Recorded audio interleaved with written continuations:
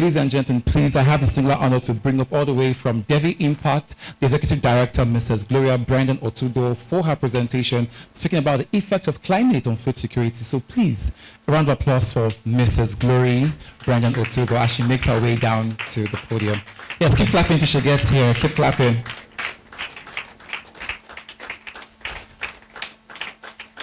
Yes, keep clapping, keep clapping.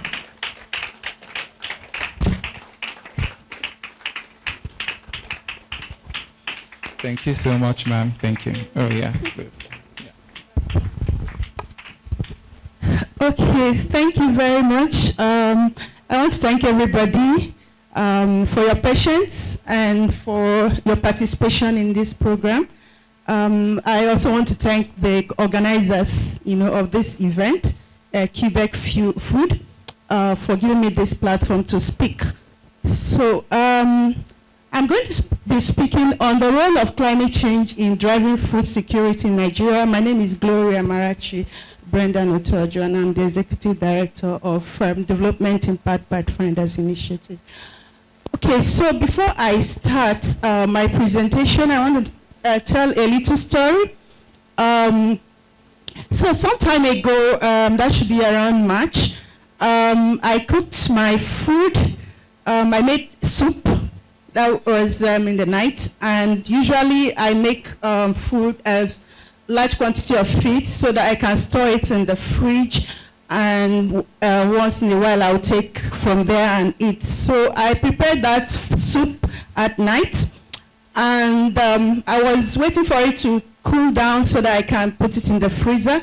So I left it for the night, and so that I can do that in the morning. By the time I woke up in the morning and I opened my pot, it was I know a lot of us can relate with this. So it was speaking a different grammar from what I intended. So another time I prepared rice in the morning. I dished out some quantity of feed to eat, and then I went to work. By the time I came back in the evening, and I put spoon inside that pot, the rice was speaking a different grammar, like it's all spoiled. So, and what this means is that aside this food safety that NAFDAC and FCPC have talked about, there are other factors that can, spoil our foods. There are other factors that, can make food insecurity to happen. So, and that is what I'm going to be talking to us about, and that's the environmental impact or the environmental factors. Precisely, I'm going to be talking about change. So, as a way of introduction, let me just define what food security is all about. So, the inability of individuals and households to access sufficient, safe, and nutritious food, which our initial speakers have talked about, or the limited and uncertain access to nutritious and safe foods.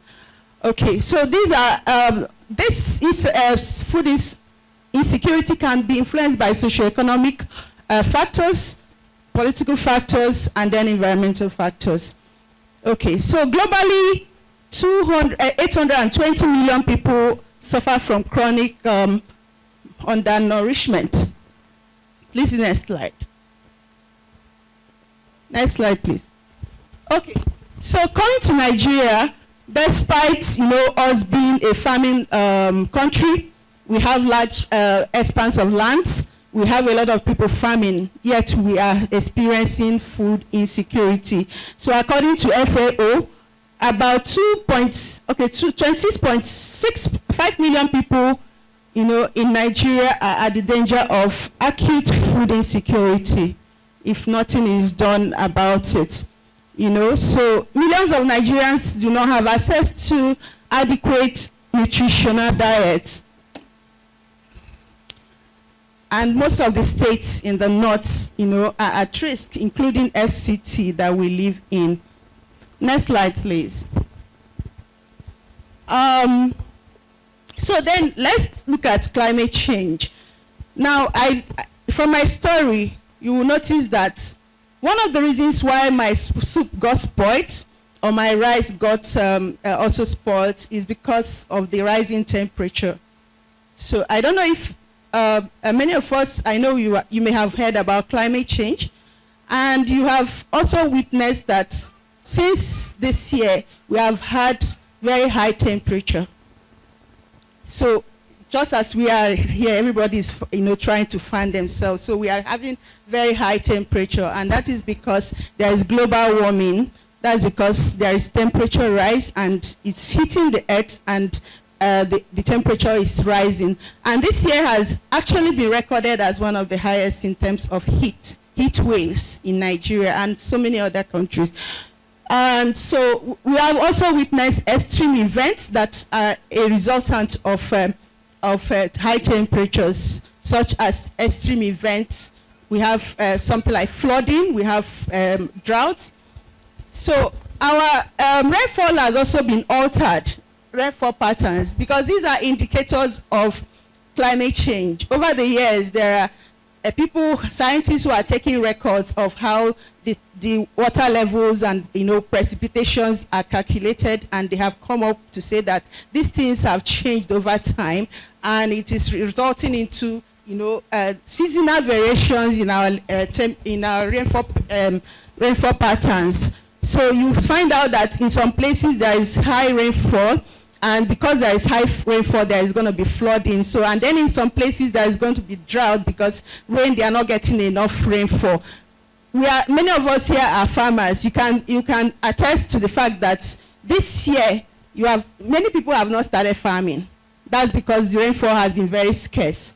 So even in the south, where rainfall started earlier, it got to a point where the rain ceased and their crops died. So it has become an occurrence that that is happening, and that is because of climate change. Then we have biodiversity loss.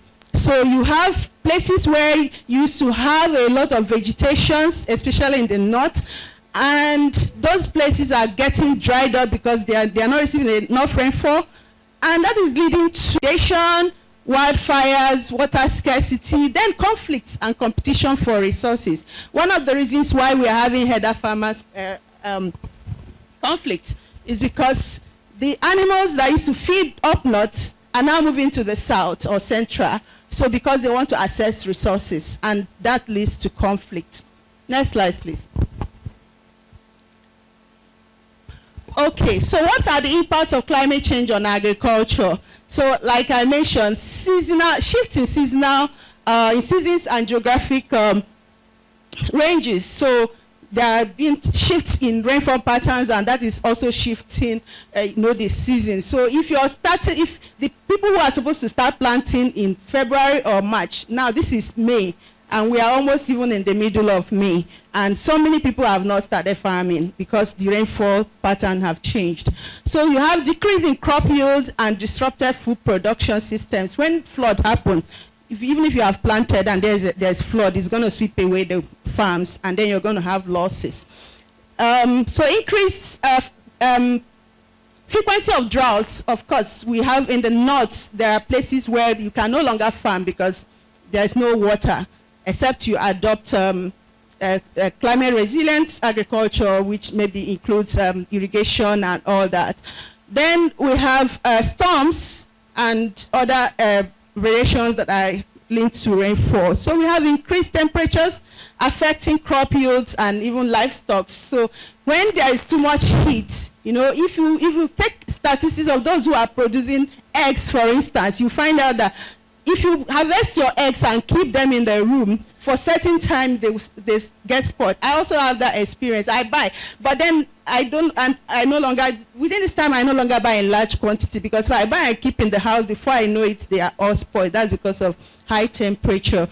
Then we have the spread of pests and diseases, especially in the southern part of it, where you have a high rainfall. So you have a lot of pests that affect animals and affect a crop. Next slide, sorry. Okay, so what are the consequences? And that is what we are talking about here.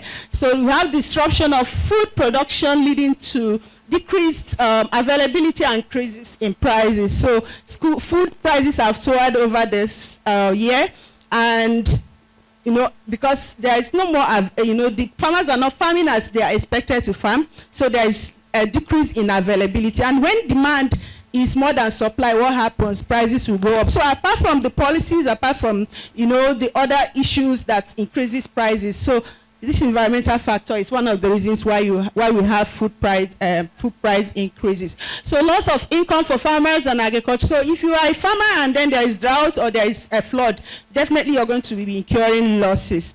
And so we have migration and migration from rural areas too. So many of our young boys who used to be farmers before, because the lands are no longer yielding enough, and the flooding and all that will make them to migrate. Everybody wants to japa, or move to the cities. So when rural communities are the major producers of food, and then our young people who are still agile to farm are moving to the cities, and the cities do not have enough jobs. And that's why we have urban issues, conflicts, and migration issues. Then water stress, so because rainfall is not there, so you find out that there are a lot of rivers, that used to have enough water that you can even use to do irrigation, but the rivers are disappearing, and the water quantities are no longer there, and then people can no longer farm.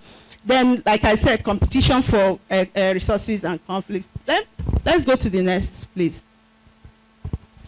Okay, so who is vulnerable to climate change?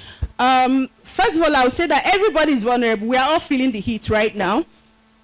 When floods happen, a lot of people get affected. But then there are people who are vulnerable. There's what we call vulnerability when we are talking about climate change. That's the level of your exposures.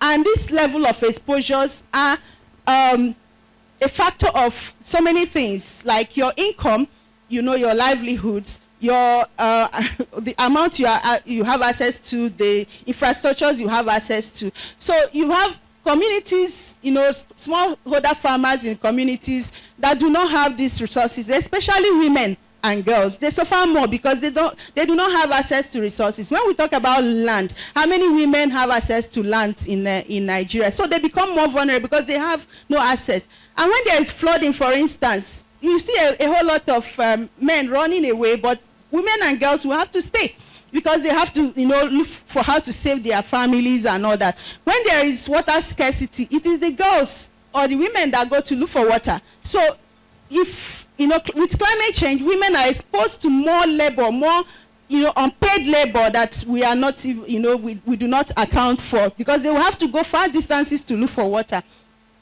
So then we have urban poor. So you can, we can see, urban, semi-urban areas or the slum areas, they get flooded. Those who live in the city or the uplands, when there is flooding, they may not be affected immediately. But those who live in the slum areas, they are going to be affected by climate change or by flooding, whichever one.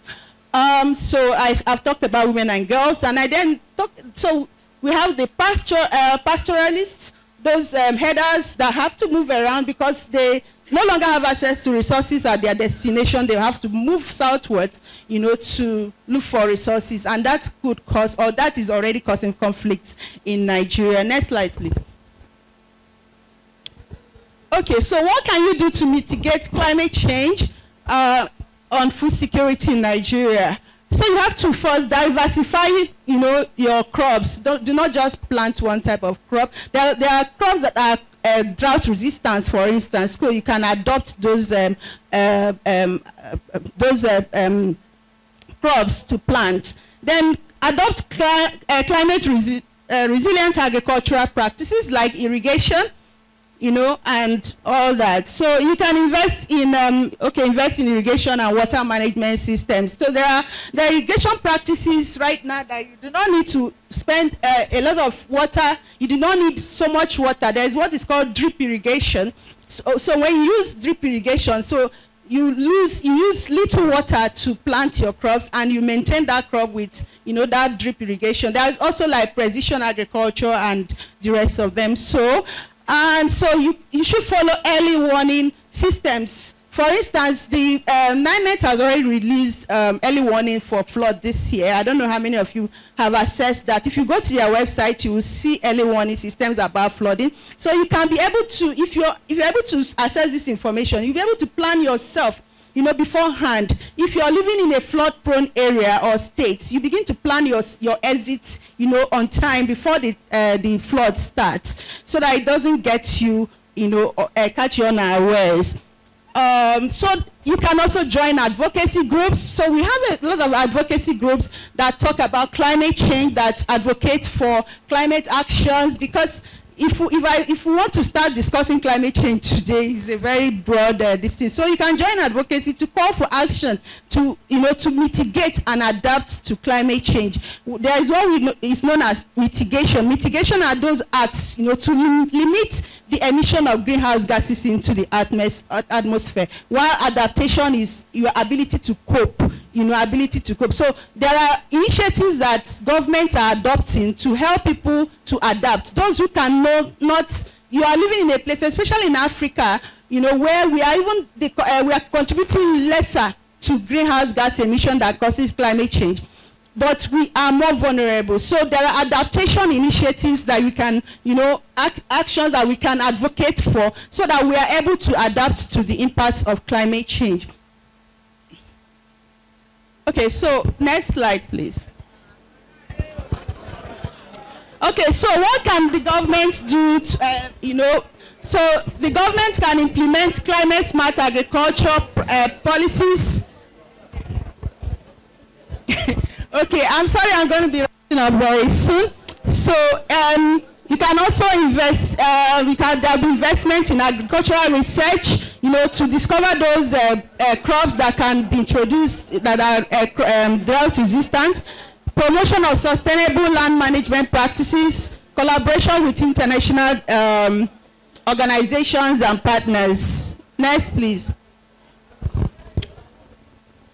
Okay, so what we are doing at Development Impact Pathfinders Initiative, so we are an advocacy organization, and so we advocate for government to implement those kind of actions that will make us to adapt to climate change.